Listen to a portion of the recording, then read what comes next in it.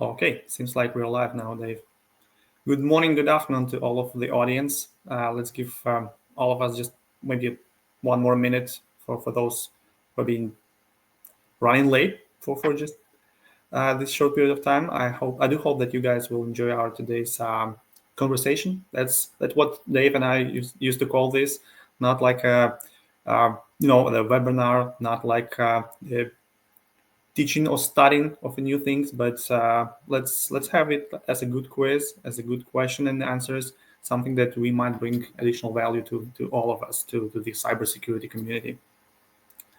I do hope that you find this conversation useful. I do hope that you could give us some comments and give us your feedback as we go, so that we know what to focus on more. What would you want us to maybe emphasize, something that you would want us to speed up, and just skip? That's definitely help a lot. So with this, let me introduce my speaker and my guest for today, Dave.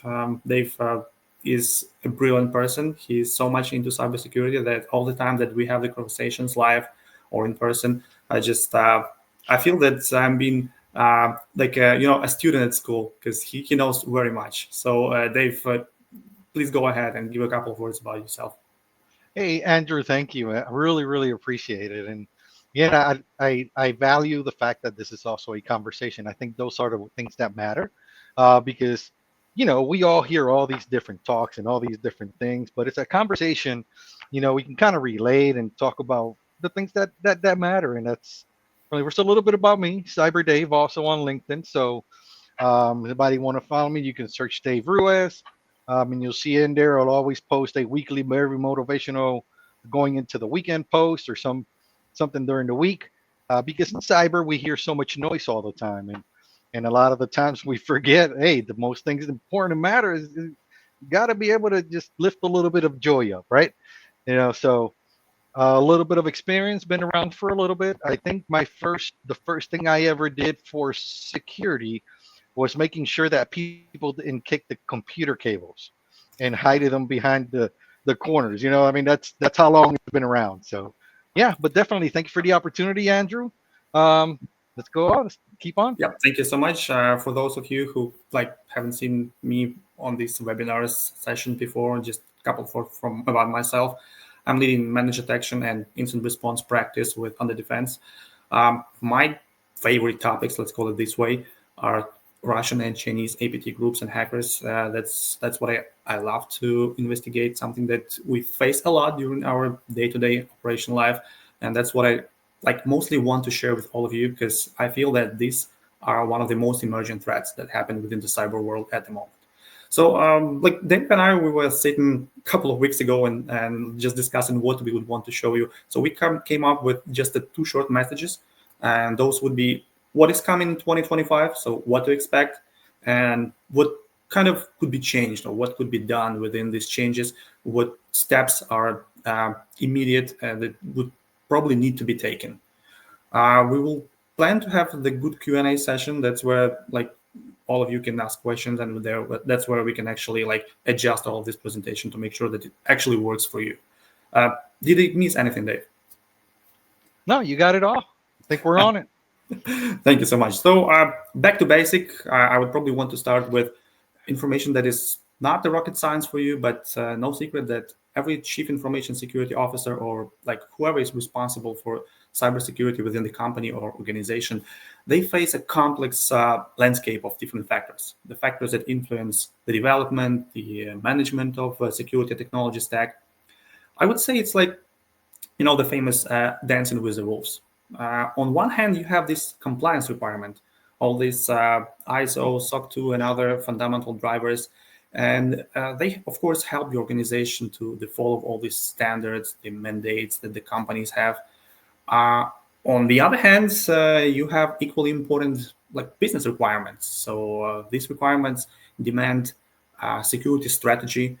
They support organizational objectives. They help to enable innovations. Let's say overall, they help to maintain the operational continuity. The cherry on top, these decisions are often constrained by various internal resources. So the skilled personnel, budget limitation, that's something you can name, right, Dave? Yeah, and in another part, like you just mentioned, like the Wizard of Oz, right? We have Fantasyland, and then we have reality. And when those things touch together, we need to be able to understand what the business requirements are, because that's very important on driving or influencing these decisions, and to be able to, attack the challenges. Because reality is there's budget limitations. Reality is, there are going to be AI driven attack in all kinds of vectors. And reality is we need to make sure that we don't have too much tool sprawl, right? We got to have what matters. Um, and sometimes, and in that aspect too, we know that a tool is not perfectly operational by tomorrow. So, a little bit of proper planning and some, some resourcing, it does puts a lot into the plate. Because cyber is not a 100-meter yard race. We're talking about an annual marathon, or until the next thing changes. Oh, definitely. And I would say that the additional, the spicy sauce on top of this salad is that all of these ever-evolving threats, they are characterized by the increasing and more sophisticated cyber attacks. So we need to adapt to this new risk. We need to adapt to these new vulnerabilities. And with this, I was thinking that focusing on what we mentioned here, the AI-driven attacks, that's something that we want you to pay attention to. We want to make sure that you guys focus on the tool sprawl. So, like all these budget limitations, as Dave mentioned, they put the strains on security initiatives. But you want to force and to maximize your ROI. What does this end with? This end with, in a lot of cases, operational ineffectiveness. It can increase the likelihood of misconfigurations. Did you see something like this, Dave, within your practice? Like, when during the course of the years, companies were implementing and adopting new and new tools. That's probably something that doesn't help much to the companies. Yeah, well, I was talking with a buddy of mine the other day, and one of the key is proactive versus reactive.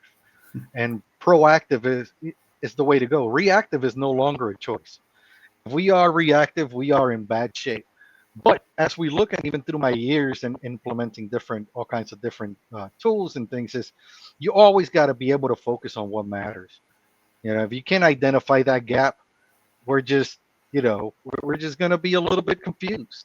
So we have to be able to identify it, right? So we can be able to address all these evolving things. And again, us personally, me, you, and the audience, and anybody that is listening or not listening, right? We also have to evolve with the cyber threatscape, because if we don't, again, reactive is no longer an option. 100% here with you. I would also say that companies need to adopt more strategic approach. So Yes. Looking into this, streamlining various tools and integrating those tools into your ecosystem can definitely help to mitigate the issues. But on the same time, you need to adopt the culture of cybersecurity overall. So your organization, your company needs to address all these resources constraint, and thus introduce additional training, thus introduce additional strategic hiring, for example.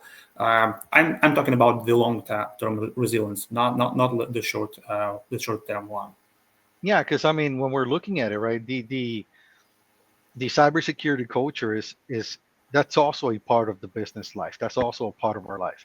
And in growing that, I mean, we're probably jumping a little bit over into like awareness and training and all that. But it's all part of growth. It's all part of growth.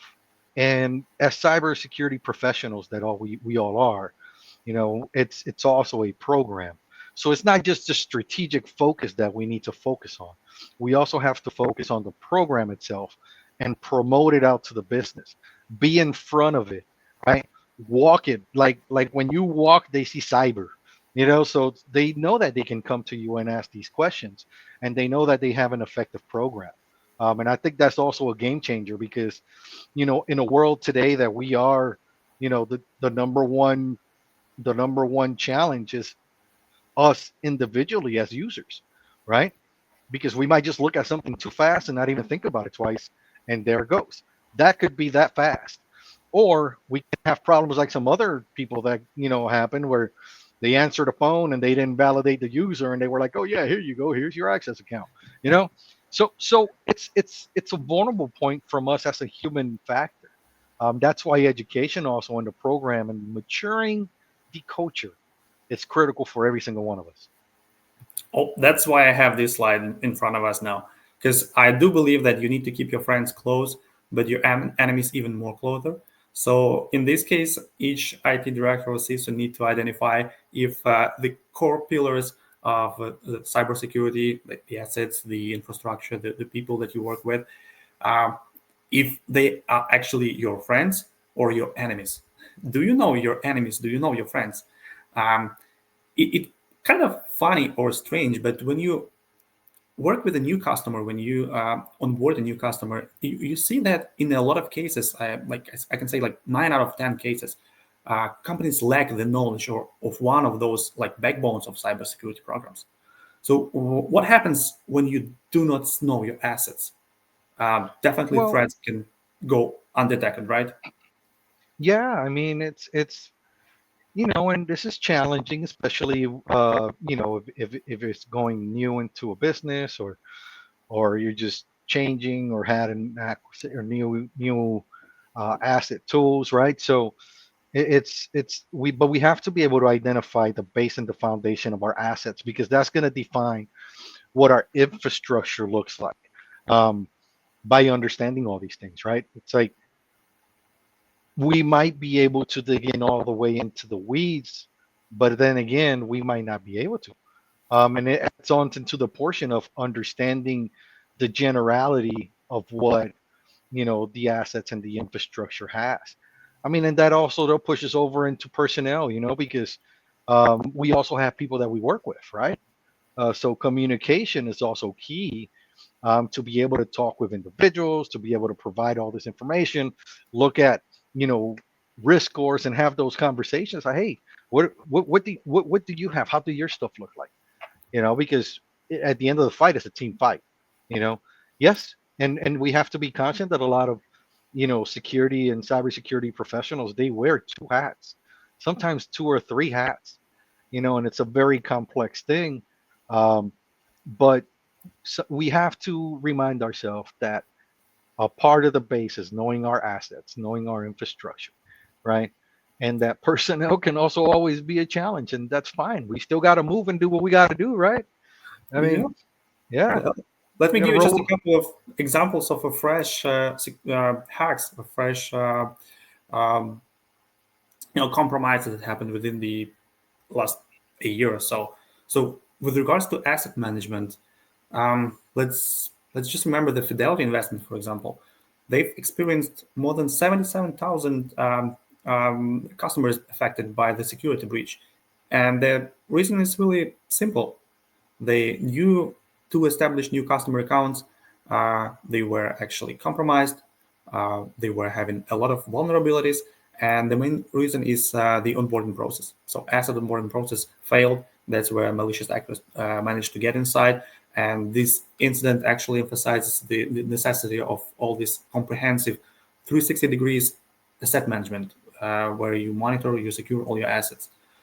Again, from the infrastructure security perspective, this November, the T-Mobile network, it was compromised. I should say again, maybe, or like because they had a recent hack. I think it was a year ago. So what happened? Again, that was a very significant cyber espionage group known as Sol Typhon. They are associated with Chinese intelligence agency, and these guys managed to exploit vulnerabilities in network infrastructure.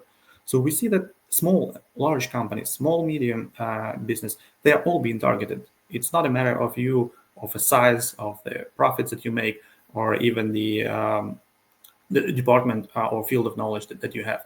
It's more about what they can actually get to, where they can put their hands on. I laugh, Andrew, uh, because I not too long ago I was talking with a friend. Like, it almost feels like we're back in like the 2010s, the 2015s. When people would just hack or attack just because it was fun. You know, it's like, you remember them times, right? It was like just a target of opportunity. Oh, we can do this. Boom. Oh, we can do that. Boom. Oh, look at this. Boom. Bam. And it almost seems like we're back in them times now, because yeah, a lot of the things have changed, and yeah, there's, I mean, these threat actors have very sophisticated tools too. Um, but then when we're looking at it, it's like, man, it's just hit go, hit go, you know? Yeah, that's why we do recommend. So we would want you to have the key success metrics for all of your assets, infrastructure, and personnel. These metrics differ from company to company, from organization to organization, but you would definitely want to get some insight into um, what quantifiable data you have. If you do understand the gaps and do track the improvements, could you justify the investments? Because that's what we always discuss with Dave and other security specialists, that you need to justify what you do. You cannot just say that cybersecurity is working or if it's not working. You need to show this traction. You need to show how much the security training completion, for example, was done and why it's important. Why did you invest this amount of money? So I think with this, we are turning into one of the key points of this discussion, and that's something that I wanted to start Dave with. The the example of like this. So I know, Dave, that's a lot of stuff on your screen at the moment. But what do you see? All I see is a whole bunch of million tools that everybody wants, and a headache with a toothbrush, you know.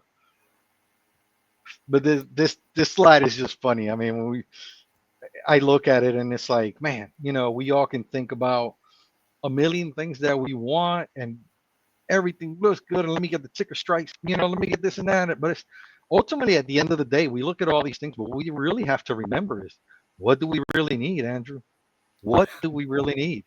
Because I mean, this slide makes my eyeballs tear. I know that's the complex problem, and Yeah. it brings operational inefficiency. It brings cost challenges. It can lead to skill gaps, for example, as well as security gaps. Yeah. I wonder, again, from your standpoint, how do you make decisions when you see that much of the companies in front of you? Is there like a specific silver bullet that you could recommend? Something that can help CISOs or IT directors around the world? I mean, for what I do, Andrew, is when I'm looking for something, I would know specifically for what I'm looking for, right? I would sit down with my team and do an analysis. We would think, we would think things through. We would see where we can identify, what we can truly identify, not what we identify. We can identify a lot of things, but what we can truly see where we need to work on, right? And then after that, you look into the sprawl of this, right, and find out who can provide it. Uh, because we have to be realistic, right? I mean, I can go ahead. I mean, data security, right? That's what it says there, I think, because I can't really see it so much, you know. but but if I just go ask that, right, you get all this stuff and all these different things, and then you might end up getting stuff that you don't need, and you're wasting money. You're wasting valuable resources that you can implement into something else.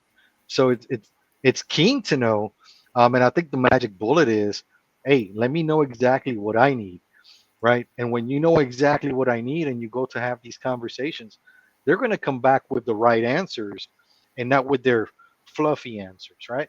Definitely. I remember the period when you had to educate your customer. You had to Yeah. put a lot of efforts into letting them know what you actually do and what this tool can bring you, what additional value it can bring to the whole ecosystem. At the Yeah. moment, we have a lot of customers, a lot of representatives of organizations that come back and say, "Hey, guys, do you do this? Do you do that?" And this is all the consequence of having a lot of time and efforts invested into security. And on one hand, we have a large number of companies, large number of products being proposed. On the other hand, I do enjoy having that much because you can always choose out of something. It's Yeah. always a matter of your resources. You Yeah. do not want to drain those resources. You don't want to have your staff burn out. On the other hand, you want to make sure that you have all the information in front of you.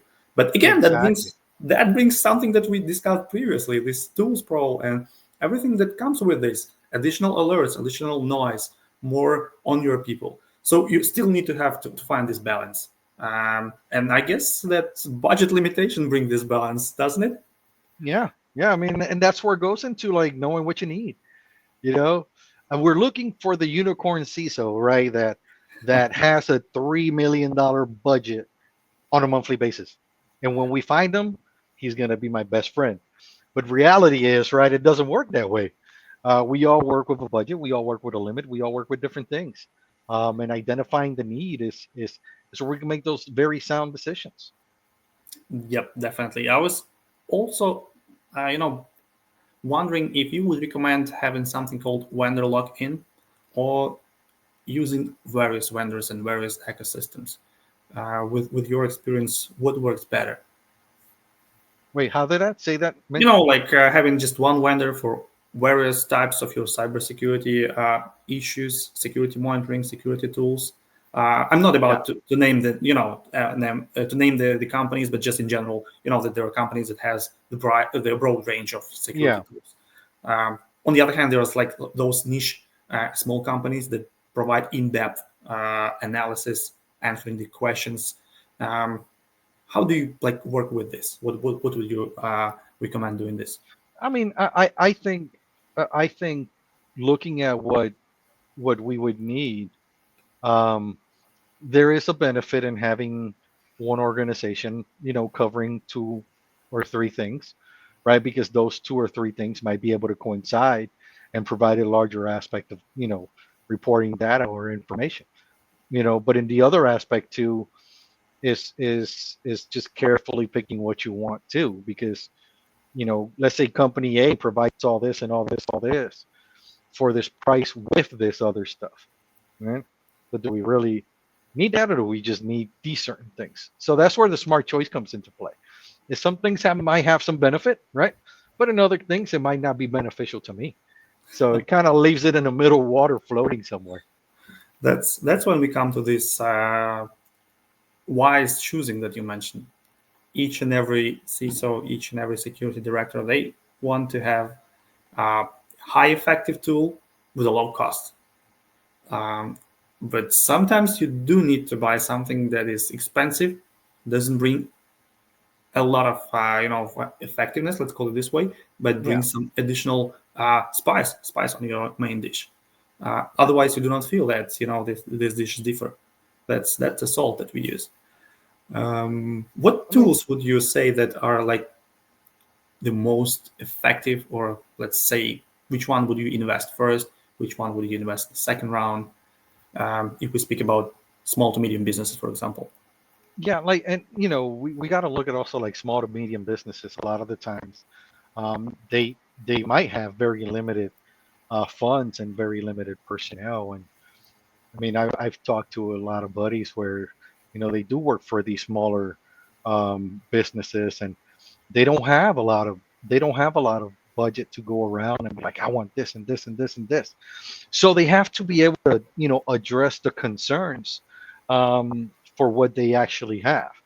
So if you look at it from the outside in, right? If you're walking from your perimeter and you're walking in, they'll be able to show you kind of what are the areas that you might need to investment.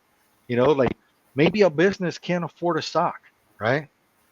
But they can afford an MDR solution, right? So that's critical, because that could be an important tool for the business. We're looking at EDR solutions is like, in today and age, that is not an option, you know, it's not like we had the old when was it the old virus protection system back in the 2010s, where it's like, oh yeah, it just covers everything. No, like there's so many threats that are very, very smart and intelligent, that these are aspects and things that we need to look at to get covered, right? Um, so we got to identify a couple of points. You like highlighted as MFA, like that is not an option. Like, and even with MFA fatigue and all these different, techniques and stuff, like, that is not optional at all. Um, and then like training, you look at training, training is almost not optional either, because people have to have some kind of awareness education, because that's how we all learn, through education. So choosing the right tools, it's going to be based on what you have as a small or medium entity, right? and where you need to hit the money where it really works, right? So we can look at some MDR, identity and access management, where we're looking at from that perspective. That's also key too, because we got to look at, AD, Active Directory, and all these other user policies and controls. Just even from a basic perspective, there's got to be some kind of understanding for identity. So it's a lot. I mean, but back again, it's simplified by addressing like what do we really can put an impact on, especially at the small or the medium business sizes. I mean, because I look at this, I'm like, man, can I have all of that? you know, um, but is it really necessary? Possibly, yes. But again, every infrastructure is different. But Oh yeah, definitely. and when we're looking at it from the wall in, right? Always got to start from the perimeter, from the outside of the wall, and walk inwards. That's where we can start identifying the things that we need, because from inside to out, we can see it. If we change the visibility, we get a different aspect, because we're looking at it on a proactive defensive measure, right? So it's like, look at what's going to be in your firewalls, what do you have, right? And it's how is it hardened, right? What is your segmentation looking like? Kind of walk it back. What are your advanced detection systems? What's your IPS? Do you have an IPS? Do you need an IPS? Or your IDS, right? You have an IP IDS combined. These little things that you can pull backward, and understanding where they sit at will help us identify these things, because a lot of the times they're already there in the layers, right? We just got to know exactly where to put that money to work in. It seems like you're like answering the question that one of our users has, and they were asking if, in terms of limited budgets, what security tools would you consolidate first? And that's what I think is actually one of the ways of optimizing your cybersecurity strategy is to consolidate tools. Definitely, you might want to focus on having your perimeter covered. That's what Dave mentioned, and we understand that each and every environment of a customer is different. So you need to pay attention to what the company is aimed for, what their primary resources are being focused on, where their gems are. For some companies, you might want to focus on the personnel. And that's where you want to put as much as possible of your efforts into the training, into their laptops or endpoints, whatever they work out of. Other companies are being so heavily leaned towards cloud, for example. That's where they have all of their infrastructure. And that's where you put your main efforts. But it doesn't mean that you want to refocus and that you do not want to see anything else. Like definitely you would want to have this telemetry. You would want to see something that pops up. And it seems like automation helps a lot with this at the moment, because a lot of us say that AI is used for the ransomware or malicious reasons, but it can use and is used at the same time for security purposes as well. I mean, we also on this slide, we wanted to highlight the importance of some tools that bring you like additional insights and a lot of value with relatively less investment, like MFA, for example. It helps a lot, and it's definitely something that everyone is screaming about, but we still have companies that do not introduce it just because it's tough, just because we have elderly personnel that do not want how to cope with their cell phones, and so on and so forth. And that was a good example with AV systems before. I remember one of the times when I was thinking, okay, so this AV stops my computer, it freezes, it doesn't work. I would better take a risk and go with the malware, but at least it will be working. So we want to make sure that our tools are being optimized, that they are being fine-tuned, that they work well and bring some additional insights. That's where you want to do these regular reviews. So just want to make sure that you periodically review and rationalize the tool set that you have. When you question the tools that you have, not just because we are born to this or because we've been using this tool for n number of years. Dave, so the quick question, do you think having all of the tools can help you eliminate the threat? So again, this unicorn CISO with 3 million monthly, would having all of these tools that we have mentioned and even not mentioned here, would it help him? I mean, I'm going to take back to where you said something that you just mentioned. You said tool optimization, right?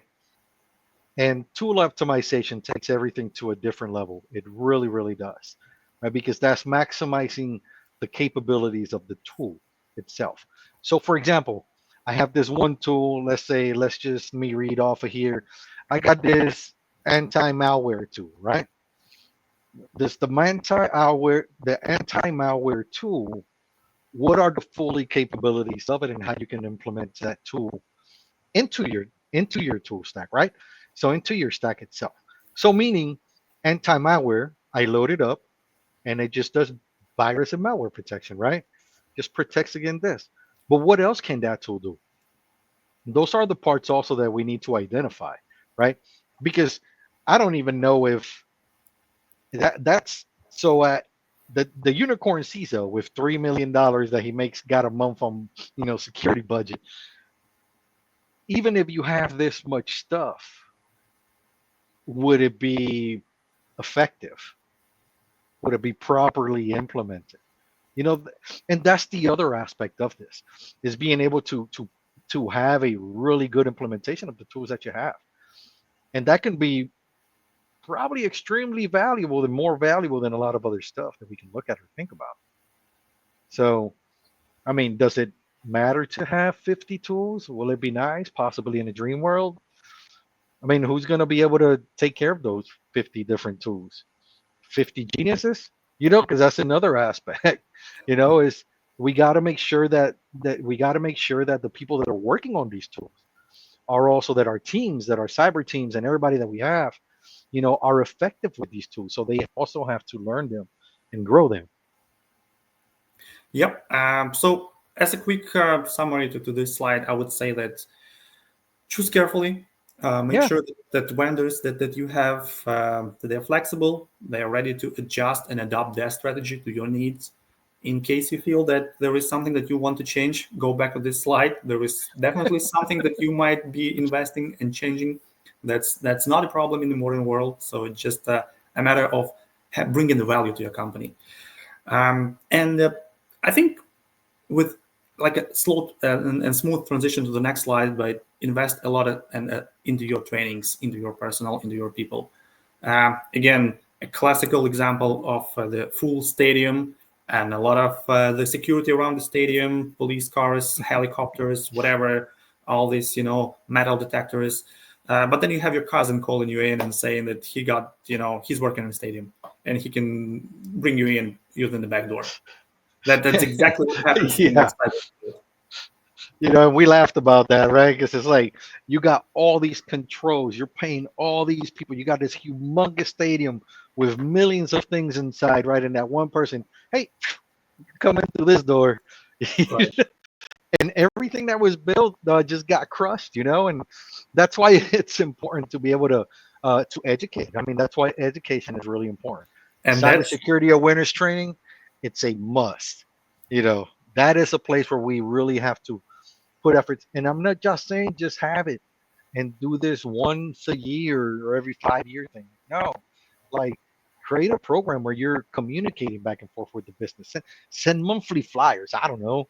Get proactive. Walk around and say, hey, what's up? Cyber Dave in a place, whatever the case might be. But something is something. Yep, definitely. And I do feel that, this cousin can be someone who is clicking phishing links within your email inbox. It could be anyone who is working within your competitor, for example, who is trying to get into your business. Or it might be just someone who is trying to show off and show their brightness and effectiveness. That's what they do. Yeah. We got two good questions here actually that kind of fly into this AI-driven phishing attacks. How do you validate AI-based phishing detection isn't generating false positive, right? I think that's we got a couple of things to look at on there. When we're looking at AI-based phishing is, language is generated from right to left, language is generated from left to right, just to make sure that the algorithms of the things don't catch these things, right? Will there be false positive? Absolutely. Will I take a false positive over somebody just clicking the bang and going boom? I'll take the false positive any day. I would prefer to look at it and go, hey, this one was good, than to go, oh, we just got a problem now. So does it generate? Yes, but then again, like every system is going to follow on to the next question. Would you trust AI tools to cover important bases like threat detection or tools used for EDR? I think that's a combination of it all. If we look at the cyber security threat landscape, right?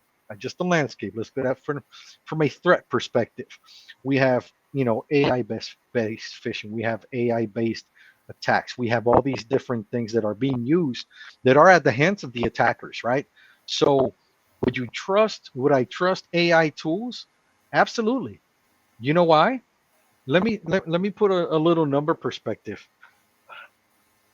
Andrew is me and you, and we are two analysts, right? And we have a system that is shooting me 750 messages to validate in one day. We won't be able to eat, we won't be able to sleep, and we still won't be able to finish with those 700 analysis that we have to do on a daily basis, right? So when we're looking at what AI tools are doing, they're doing the processes and the analysis for helping with us. And these tools are going to tell you whether it's whether, hey, this one needs further research, this one needs completely gone out the window. So yes, I think it's important, and I think it's key. Now, if the CISO with $3 million monthly budget has a team of 300 people, then he might not need an AI tool. But I would still use it. AI is so thorough. It can definitely pick up some details that human beings, are easy to miss. My own opinion, I would say that 100% with Dave. So you need to trust it. You need to make sure that it works properly. But I would always put someone to validate it. So it means absolutely. The core cybersecurity principle: trust no one. That means that you need to trust, but to some degree. Do not put all the eggs in one basket. Do not be blind saying that, hey, I've heard this. I have EDR solution, I'm protected. That's fine. That's fine that you have one. Is someone fine-tuning the solution? Is someone looking after the alerts? Someone updating it? That's something that you need to focus. But definitely, I would say that we need to trust this. We need to make sure that it's being an integral part of our SOC, of our MDR, of our detection and response system.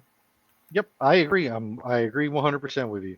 I mean, there is a portion of the human intelligence, but the way that I want people to look at AI also at this point, think about speeding up processes, and being that virtual assistant for all of us that is helping all these processes be able to be done faster and analyzed faster. And this is kind of like a different angle, but this is an approach where it makes you not look at AI like it's a bad thing. It makes you look at it like it's something that is there for you as a tool to use. And that's where make a difference, right?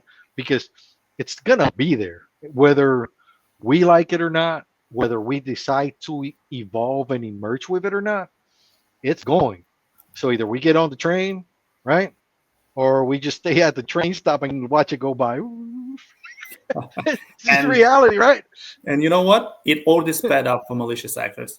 Yeah. And that's what we see all around. Like, cyber criminals are leveraging AI. They craft convincing and phishing emails, the messages that they send over. Like, during various conferences and meetups this year, I met representatives of different government agencies, and most of them highlight the emerging threats that originate from AI. Like, even, let's say, for example, FBI, on their website, they warned of AI-driven phishing attacks. They say that, these created tailored message are so hitting the bullseye that with a proper grammar, with a spelling, with everything needed, that the likelihood of a successful deception is just like very, very high. And that's what it brings us to a new detections that we need to implement. That brings that to the new level of our phishing attempts. Well, if we look at right, let's say 2 years ago, it's really easy to detect a phishing email, right? You just look at it, it's got misspellings, words all messed up, just a couple of things are going on. You're like, ding, boom, yep. Now today it's just sophisticated. It is. It's very well written, like you say, right? Because remember, even to avoid being captured, through analysis. It's because the AI written generation is written from left to right. They'll just write it from right to left, you know, or things like that, just to be able to reduce the detection of these things. So yeah, something that is very sophisticated, and that's why it's important for us to be sophisticated too. That's why it's important for us to. It's okay to have AI in your EDR tools. It's okay to have AI in whatever you're thinking, because guess what? Most of those they're already implementing it already. If we're looking at it, probably by the end of next year or something, if a tool doesn't have AI, I mean, is it really going to be? Is going to have some issues, you know? Definitely. And now there is something that I want you to think of, because phishing, it's not only about emails. The deepfake technology powered by AI is being used to create realistic fake videos, audio. Yeah. Phishing attacks, they're being like more and more convincing. Uh, Again, I love to speak with facts. Let me give you a small timeline. So we have February 2024. We have a deepfake scam in Hong Kong. There is a multinational company, and their office suffered a loss of approximately $26 million.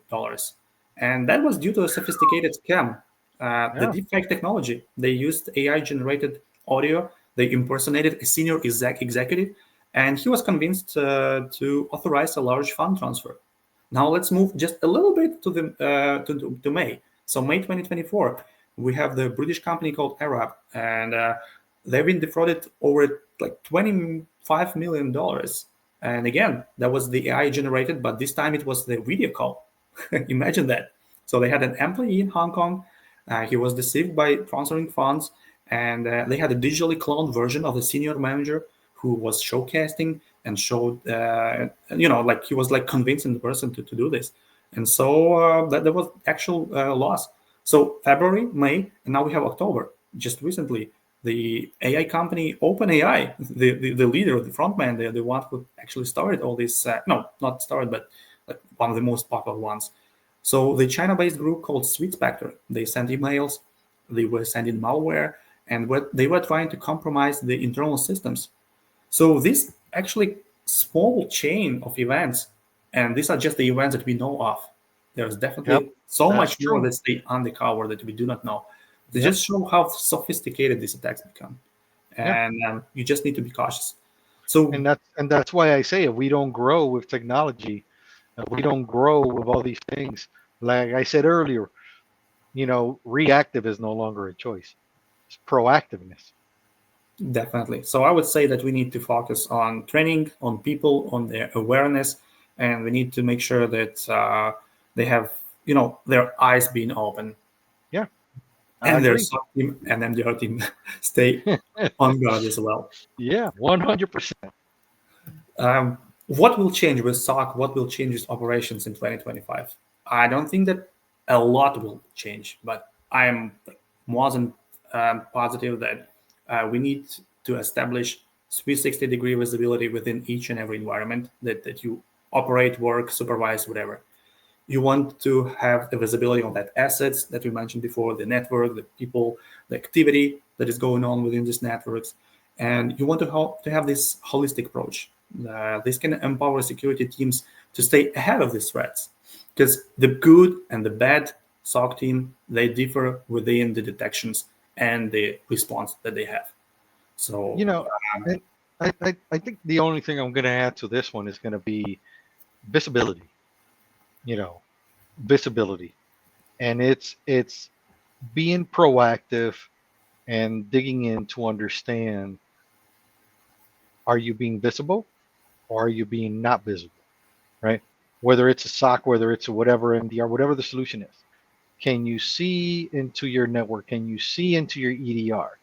Can you see into your identity? Can you see, into all these things? That's going to really make the difference, because if we can't see, I mean, that if we can't see, we've already lost 80% of the battle right there. I would say that yes, and first of all, each and every stock manager, someone responsible for security monitoring, should ask himself how often are your stock detections being tested. Yeah, Um, would you rather have 100 detections that generate noise or 10 that bring available insights? And now a tricky question to you, Dave. So no alerts, no noise. Is it something that SOC teams should aim for? you know, I this is kind of funny because it's like you sit down and you're like, no noise, so good. No, I mean yes, but no, right? Because no noise is good, yes, maybe, but it doesn't mean that we have to forget to go back and validate our processes and our tools, right? Um, because sometimes it does might get a little bit quiet, and it's like, I mean, yeah, it's kind of quiet, but let me go back and check, making sure that nothing is broke, right? It's making sure that everything is getting fed through, or whatever the case might be, right? It's like, yeah, but no noise might be good, but no noise also means that we need to make sure that we go back and revalidate our stuff. Yep. Yeah, I'm here with you. So it means that we want to make sure that we have some visibility, that we have alerts that are being reasonable, that you can act upon those. And sometimes you just want to make sure that you test your team, your employees, and just trigger those bells. A lot of modern words, MDR, SOC, and so on and so forth. So is MDR really better than SOC? Does it give more an agile, comprehensive approach, or is it just a fake? I mean, like, should we I, focus that MDR brings additional value to the companies or not? I think one key thing that we need to look at here, right, is what is going to be the size of the business and what the business can do. Um, because you know, just realistically, maybe the size of the business might be able to have a SOC, or they might need a SOC, right? But maybe they not, so a MDR might be a better solution for them. So it's kind of like where the business is located at and what they have and what they're able to afford. Um, is it a bad solution? No, it's not. Does it require some human interaction? Yes. Set up to have all these logs and this monitoring thing to pop up on your phone. I mean, I remember the days when I used to walk around at the ping, oh, there goes another log. Oh, ping, there goes another notification. You know, and literally we carried a phone and a tablet a couple of years ago, where it just told us, it just gave us alerts and it gave us notifications, and we will look at to see what it is, right? Analyze it, and I talk with my the security and the infrastructure teams, and they were like, oh no, yeah, we're good on that one. That's just false positive. And I'm like, man, in my mind, I'm like, this thing just stopped, right? But the reality is, it's just depending on base what are going to be the tools that are identified that you need. So I mean, if there's the money, right, and there's the budget and there's a need, right, depending on your infrastructure, a SOC might be a better way, But another thing to consider is, like, if there's not, MDR might be the better way, right? Because that might be the money, or that might be more effective for you also, you know. Yeah. So you definitely need to choose wisely. Make sure that you have all your pros and cons in front of Yeah, you. There was definitely some, like pros to MDR, like cost effectiveness, like advanced capabilities, because various clients, various customer environments, and you see telemetry from various sources that makes the team that works as a part of MDR team very. Again, we managed to detect a lot of 0 days just because of this, just because people staying on top of what's going on within various environments. It can help to shorten this exercise gap and make sure that the resources are being used wisely. I see that we are short on time, so I just want to show you just a couple of examples, a short case study on what was done as a part of MDR initiative, and then we will sum up what we discussed today and the Q&A session in the end. So we had this company that was really huge company. They had a lot of various infrastructure. Again, various technology stack that we mentioned, various departments spread all around the globe. We had a huge AWS and GCP deployment and a decent amount of employees. They were suffering from this tool sprawl, inefficiency of those tools, inefficiency of their visibility, because again, everything rang the bell. The internal team of 6 people were sitting and just, as Dave mentioned a couple of minutes ago, just answering those alerts. They were not seeing a broad picture. So what happened after we came in with our services, we managed to get those correlation rules being deployed, the dashboards, the SIEM solution actually being deployed first of all, that they gave this visibility into their environment. 112 of those rules were the unique ones. So again, going back to this Schrodinger cat that we showed on the previous slide, you wanted not to have the detections for detections, but detection that give you some valuable insight. And these valuable insights turned into about $500,000 of dollars being saved for this customer because we detected fraud. We managed to stop this, and that's the amount of money they saved. I think that's a brilliant result that showed the value of MDR and the quick value of this solution. Let's sum up some key points. Dave, what do you think we should focus and emphasize on during this couple of minutes that's left? Well, I think, I don't know, we'll see if there's anybody that's going to have any additional questions or something. Please feel free to bring them in. But I think the most important thing to kind of look at is what's going to be your ROI, right? Because remember that we protect revenue. We make sure that the business revenue grows. We make sure that the organization goes ahead, right?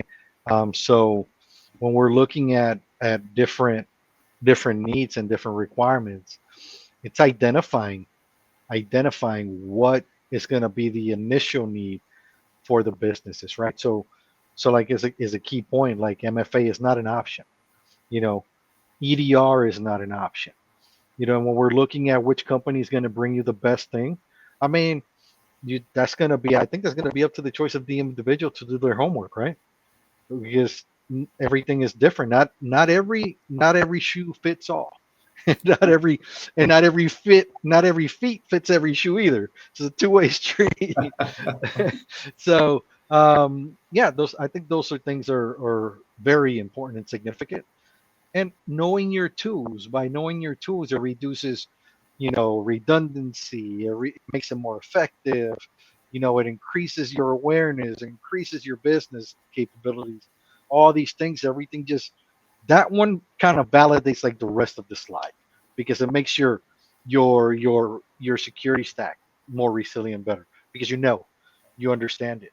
That you don't have you're removing that redundancy. That your MDR might have an advantage, or you're putting more information over into whatever the case might be at the individual business level. And I see we have some questions. Right. So specific tools for measuring security awareness training. What do you think would be something beyond phishing click rate? As for me, the best measurement for phishing is that you are not getting infected. So I would say that for myself personally, that's something that I would want to target. The other thing is how many of your employees actually turn this as a phishing, because how much of them marked the email or any other initiative that is being called a phishing attempt that is actually phishing. Because otherwise, that famous meme with a guy who is standing in front of his boss and he's like giving him some award because like he did not click a phishing email, and he's saying like, yeah, that's because I was late for my work and I didn't open an email at all. Yeah, exactly. Like the perfect phishing email is the one where you turn the computer off and remove the human away from it. Just keep them away. But I think something that we need to look at in security awareness training and the effectiveness is also when you're looking into phishing emails and phishing click rates and all these things, you have to have a tool that can see those things. And what I mean by that is, if you just have a training tool and that's just a training tool, right? How valuable is that training tool going to be for you and your organization? Is it a modernized training tool? We're looking at, things that look like they're from the 1970s. So these are things that add into it. And if we're looking effectively beyond phishing, phishing emails, phishing click rates, and all these things, you got to have some kind of AI analysis in today's thing, because that's where effectiveness is going to come into you and is going to come into play, and is going to give you a better, deeper visibility of what's actually happening versus us doing a lot of guessing. Definitely. The other question is for companies that transition to MDR, what's our guidance on internal skills versus outsourcing? Well, I would say that if you do transition to your MDR team. My personal favorite ones is the hybrid environment, when you have MDR team that is working and acting as your level 1 and level 2 and level 3. So they are doing all the dirty work plus help you with your incident detection, incident eradication. On the other hand, you have the internal team. Those guys are the subject matter experts. They know all the details. They have all the accesses that you don't want to share outside. So now we go back to the amount of these people, number of these resources that you want to have. And it all is, as we usually say, it differs depending on your infrastructure, number of systems that you have, the various types of systems that you have. But I would say that as long as you have at least a couple of people who can be present on site, who are working on the company side, that is more than enough. Because it's really hard to do the MDR when there is like no one on the other side, no one who's working on the company side. I would also add into this, right? Because this is kind of, it can get complicated. It really can. And in any transition into any type of platform or software can get really complicated. I think it's going to be, and you're looking at internal skill retention versus outsourcing. I mean, it all depends. But what I truly, truly, truly recommend for anybody that is transitioning into MDR or transitioning into any type of platform is make sure that you get clarity and information from that vendor, right? So when the process is happening, they don't go like this and say, hey, figure it out, man. You need to hurry up, figure it out. When you have the million questions, they go, oh, let me just shoot you this document. Here you go, learn how to read, right? I think that is important because you got to have that transparency and you got to have that guidance point. Like, hey, we're looking over to transitioning over into MDR or dissociation, right? What is going to be your project plan? I need to see your project plan for delivery, integration, and installation into our infrastructure, to our network. And the other side also is, okay, so when these things start to fail, because it's going to happen, right? Something is not going to work.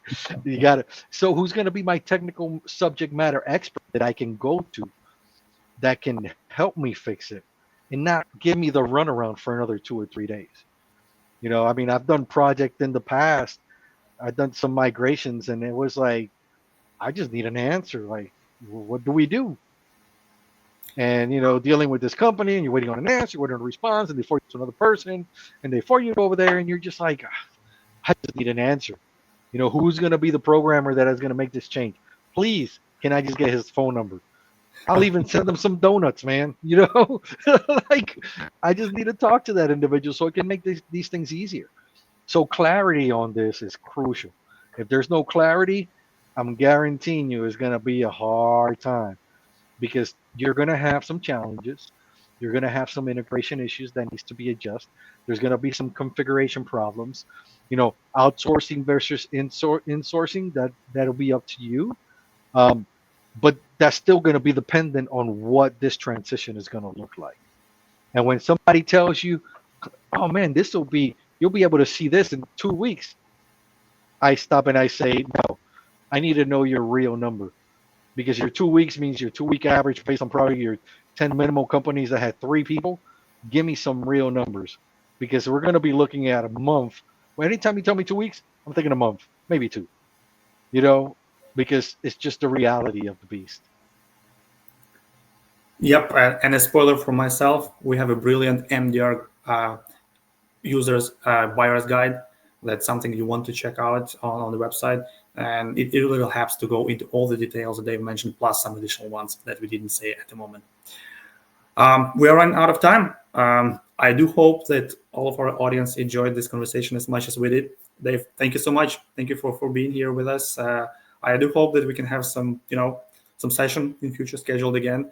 Maybe bring us some other interesting topics. So if there are anything that you would want us to discuss in future, feel free to drop the message over here in chat or privately, whatever is easy for you, and we'll make sure that this live webinar happens again. Yeah, I mean, thank you so much, Andrew. Definitely appreciate it. Definitely, thank you for having me. It's been a great privilege, great conversation. I love it. A lot of interaction between the audience and us, And I think security, that's a portion of security, is we got to be able to talk about it, because there's just so much changes and so much things happening that conversation matters, and being up there and talking with people and sharing stories is like, oh yeah, I do have this issue. Thank you. You just kind of helped me out, things like that. So it does matter. But yeah, man, thank you so much. We definitely would love to have this again, and we'll continue to talk. I mean, be great. Thank you so much, and thank you for all of you in the audience that were here with us. Have a good one. All right, have a good one.